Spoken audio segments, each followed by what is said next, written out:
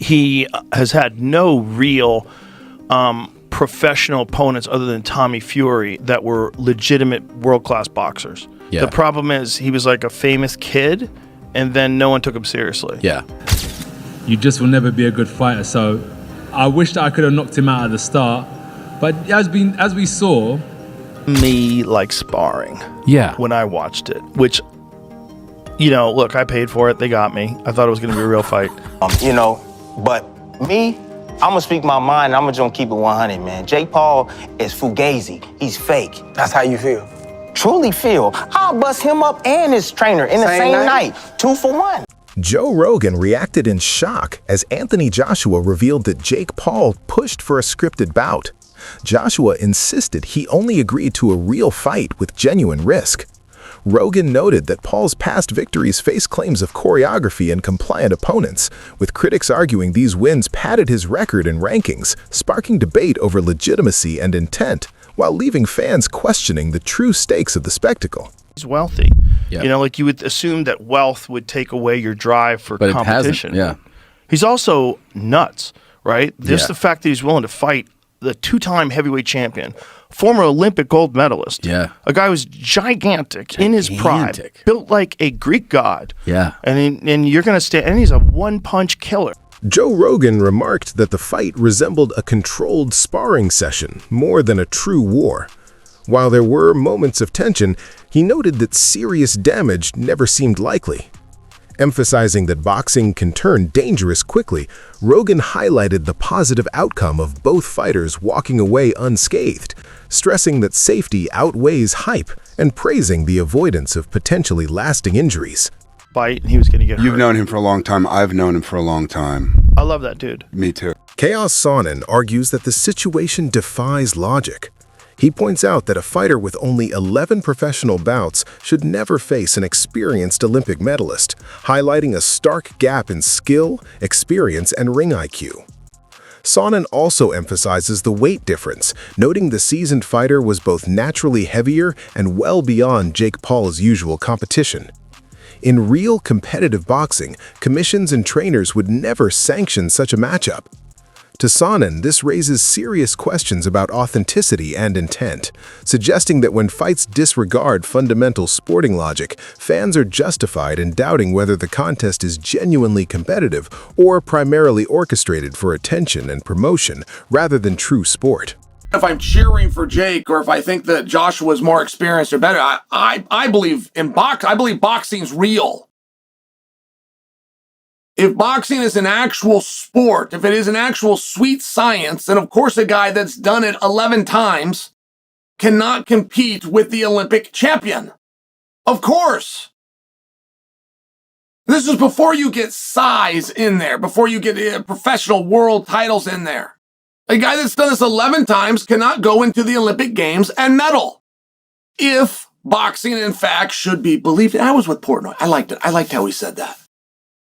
So, you know, that's how I feel too. Because I'm also cheering for Jake Paul. But I get it. I know we're not going to win tonight. But that's a compliment to boxing. And it is very hard for people to digest that Anthony Joshua can't cut him off. He can't find him. He can't do anything with that reach. He can't go out there and rush him. He can't throw this kid in a corner and beat him up. That is disappointing to me. That is baffling to me. As an MMA guy, I will just share with you, that would not be a problem at all. At all.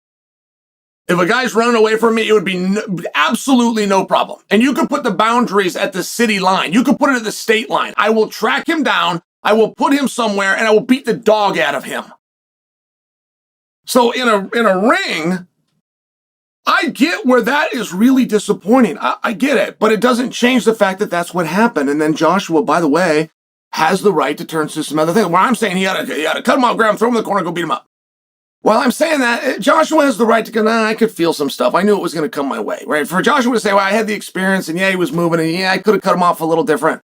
But I didn't mind the way this was going. I didn't mind that he was running. I knew he would slow down. I knew he would come to me eventually. Like for that to be Joshua's mindset, Joe Rogan highlights that Jake Paul has always sought to prove himself as a legitimate fighter, taking on real opponents to demonstrate his ability in genuine competition. He thrives against challenges that are authentic, not scripted or staged. But facing Anthony Joshua presents a vastly different test.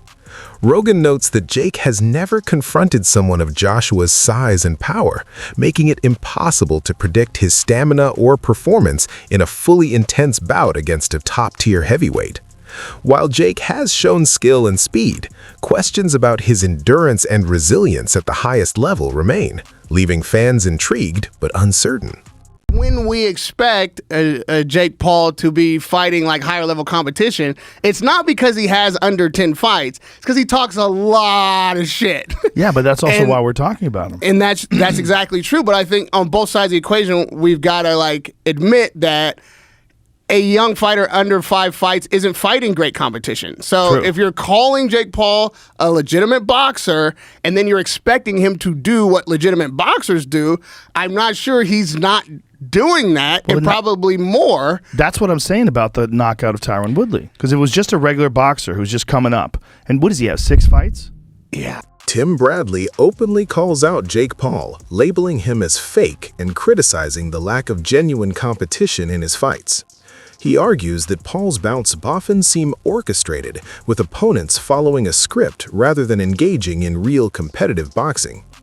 Bradley warns that these staged outcomes inflate Paul's record, giving a misleading impression of his abilities.